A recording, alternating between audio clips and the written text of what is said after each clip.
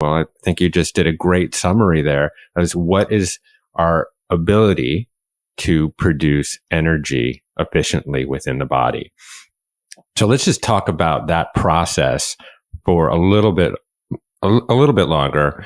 You can think about it as cellular respiration or however you want to think about it. But essentially, we eat food. It gets broken down by enzymes and acids in our stomach. It moves into our small intestine and gets absorbed.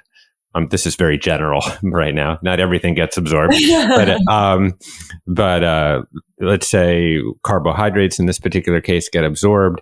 The pancreas secretes insulin, which is a peptide that picks up glucose in the bloodstream and ushers it, in the best case scenario, into the cell, as you described, for energy production in our mitochondria for the production of adenosine triphosphate.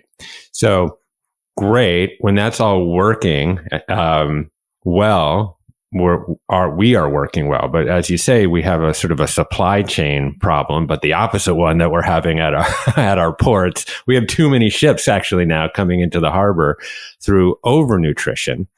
And for a variety of different reasons, what we can talk about, which is insulin resistance, or our pancreas not producing enough insulin, but we're ending up with too much glucose in our bloodstream, or hyperglycemia. And so maybe pull that thread a little bit. What happens when we have excess glucose in our bloodstream, and what are some of the downstream or knock-on impacts of that? So I think two important things here.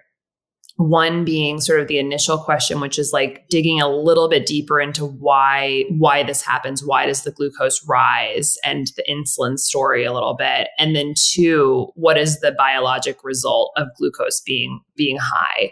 So in terms of that first question, you alluded to this a bit, which is that for glucose to be taken, glucose is blood sugar, of course, and for that to be taken out of the bloodstream into the cells to be processed or stored, it requires, in most cell types, insulin, which is like a lock and key that when glucose comes into the bloodstream and rises, the pancreas releases this hormone insulin, which then binds to the cell receptor and allows for the glucose to come in.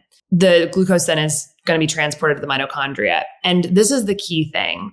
Anything that damages the function of the mitochondria is going to essentially create a backup of glucose in the cell that's ultimately going to also signal for this process called insulin resistance to happen. And insulin resistance is a sort of protective mechanism of the cell saying, we're not able to process all this glucose, so stop putting it in the cell. So the cell becomes less sensitive to that insulin signal. And therefore, what's going to happen is less glucose is going to get into the cell. You're going to start seeing that rise in the bloodstream.